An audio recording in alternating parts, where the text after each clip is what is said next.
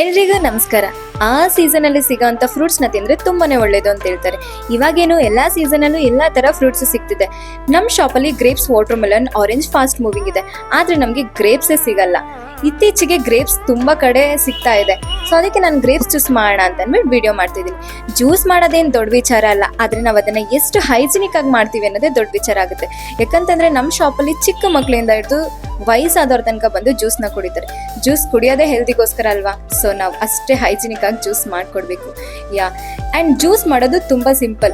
ನಿಮ್ಗೆ ಗೊತ್ತಿರೋ ಹಾಗೆ ನಾವು ನಮ್ಮ ಶಾಪಲ್ಲಿ ಸಕ್ಕರೆ, ನೀರು, ಐಸು ಯಾವುದನ್ನು ಯೂಸ್ ಮಾಡಲ್ಲ. ಸಕ್ಕರೆ ಮತ್ತು ನೀರು ಬದಲಿಗೆ ಶುಗರ್ ಕೇನ್ನ ಯೂಸ್ ಮಾಡ್ತೀವಿ.